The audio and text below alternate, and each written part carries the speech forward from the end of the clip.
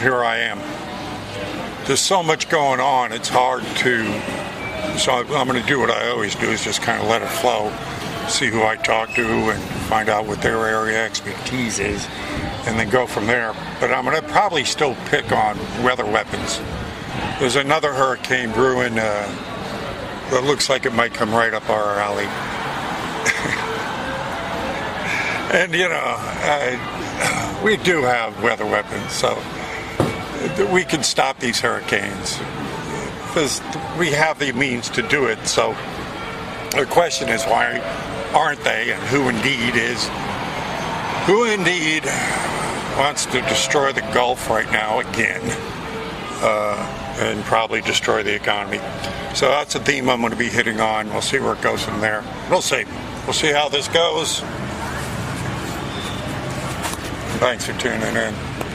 What do you plan on teaching? What do you think? I'm going into English and social studies, so I'm big into history, economics, geography, stuff like that. Very good. Yep, so it's funny to see the politics here. I got to come over and see what's going on. Very good. Yeah. That's very good. Very good. Yeah, because that obviously, people say, well, I don't pay attention to politics.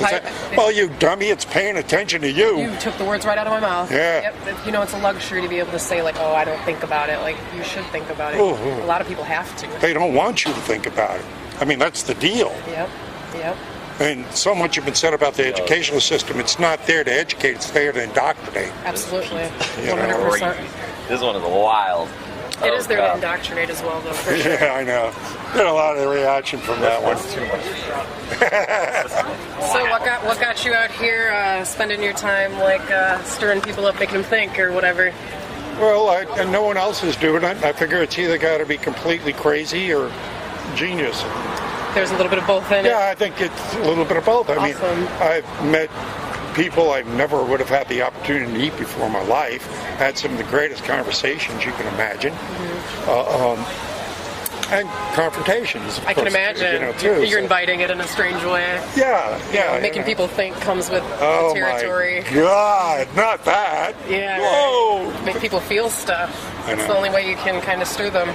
Well, we've got to catapult this, don't we? Yeah. Isn't it all mind control? Absolutely. I had a student actually. He listens to Hannity, right? Oh God, that's a fun one. So he's telling me, he's like, yeah, Hannity was saying, all those fake news stations. I was like, doesn't he preach on Fox News? He was like, yeah, but Fox News isn't fake. And I said, wait, so every other news outlet is fake news except Fox News? He's like, yeah. I said, oh. Now understand this. In order to maintain some credibility in the con, you have to have some element of truth. Absolutely, the kernel. Every good con has an element of truth. Mm-hmm. Now, there are people, probably most of the people on Fox are compromised. As far as I'm concerned, we all are in this sense. Absolutely. Common people that I have run into out here in the street, common everyday people, and some of them in high position, military and in government, other sciences, right, have qualified things that we know to be true. We never hear these guys talk about it, or the politicians. To give you an example. I read the question, the HARP. Okay, so we're talking about HARP today now. HARP, weather weapons in general.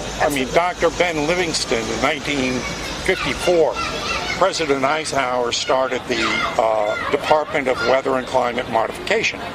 Because it would make sense that, if governments can control the weather, that's huge. You can do a lot with that. That's a very big influence. Throw your weight around. Talk about throwing your weight around. And being able, the military, to have plausible deniability. Oh, no, we didn't create that earthquake. What are you talking about? Well, hurricanes happen.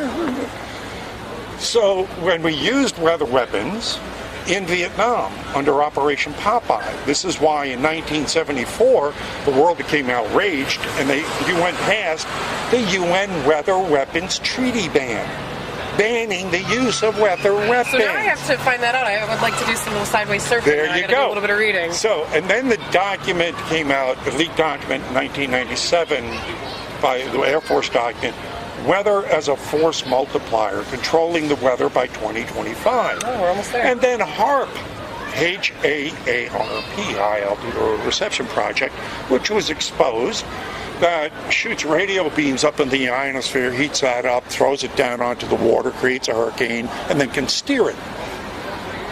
That is hardcore. Ben Livingston, known as the father of weather weapons, was on the Alex Jones show a few days after Katrina and said, if you had given me 4 planes, I could have knocked that hurricane out. So here's the question. With all this knowledge, knowing it's documented that we have the ability to control the weather now, and we're not the only country doing this. Absolutely. You can get on your phone right now and hire a company to make it rain or not. I don't want it to rain for my wedding. Okay. That's incredible. So commercially, one, why with this knowledge is it never brought up in any of the global warming, climate change talks? I mean, if we have the ability to fight climate change, why are we using these weapons to do it? Why don't we even mention them? 2, right? Feeling this. Yes. You're just preaching right now. This is a sermon. Having plausible deniability and then being able to control the weather. In other words, if you're an elitist and you want to go ahead and cause damage and make a lot of money, you know you can cause a drought and create a shortage of food. How much money could you bet on the futures markets? Let's say soybeans are going to be. That's incredible, because I know that every single time there's a natural disaster, like 10 years ago or so, Indonesia was hit with a huge tsunami, and I read this book about this guy. He's a government or a corporate contractor. He's like a financial strong armor, right? He goes to these countries and he says, hey, we're going to try to get a contract with you so that you will take out a loan and we can rebuild your infrastructure, and by the time that you take out this loan, you're in debt slavery, and now we have our foot in the door to take over your economy. Confessions of an Economic Hitman. Thank you very much. Thank you. You got the book. You're the shit, man. Yes. You're great. Yeah. I like that. Yes. First we go in, try to buy them off. Yes. Then we try to assassinate them. None of that works. We go to war with them. There you go. That's the scenario. It's like mafia. We are the biggest mafia, it seems. Indeed. But then you look up the groups like the Bilderberg Group. You familiar with them? Yeah, they meet every year. Yeah, they have their weird, what is that, the Bohemian Grove? That's the fucking weirdest thing So ever. all these semi-secret societies of elitists that have control of these weapons because they have control of our governments. Absolutely. And they own the media. So they can go ahead and hide these things from us that are right in plain sight and never have us question them. So indeed, why aren't we hearing about weather? Why don't we stop this hurricane? I mean, for a hurricane, then you got to figure, well, why would they hit Houston then? Very Between Houston and California, it's 30% of our nation's economy. And what was the thing that was happening with our economy was coming back? Rebound. That's bad for politics. Yeah, and in order to form a one world government, you need to destroy all strong nation states. Absolutely. So to have that one world government, there's 2 things you need. A world tax, carbon credits, carbon footprint. Oh, your carbon footprint, we got to tax you on that. So you need to form a one world government, you need a carbon tax. Something that all produces carbon. It disproportionately affects low-income people, though, because there are people who can't afford to upgrade their roof to solar panels. I can't afford to get a Prius. The whole thing is to bankrupt the people, because here's the bottom line: it's all a eugenics program. It's about killing us. Population control. Absolutely. They know that robotics and AI is going to come in and take out 50% of the worker-bee jobs in the next 10 years. What are we going to do with all these out-of-work, useless food eaters that Kissinger called us? And those are kind of the people that we consider across Asia and Africa. These are the people who are taking those worker drone jobs, which will soon be taken from them. And they're the people who are going to be getting the bulk of climate change, affecting them and the lack of food. Well, is it man-made climate change or is it not? That's the question. I think it's a contribution of both in large part. Again, that's not, no way that can be conclusive in the sense that, well, indeed, man does affect local environment depending. I mean, we look at the Dust Bowl for that, overfarming. But we've learned from these things. I mean, they've got this down to a fine science. Again, why hide certain aspects of this science and this, this whole field of expertise? Why say, well, The hurricane's coming. Buckle down. You can't do anything about it when we know we can. Why not? I mean, another guy just brought up to me the study he saw about how the Japanese put ice crystals into a typhoon and knocked it out. That's incredible. So we have these different technologies that work. Again, if we have them, why are we not hearing them about here? Why are we not using them? Panic makes money. We need sensational news and bad stuff happening. Then it goes back to control. Yep. Economy, controlling this, because, I mean, look at what this storm's going to do to beef.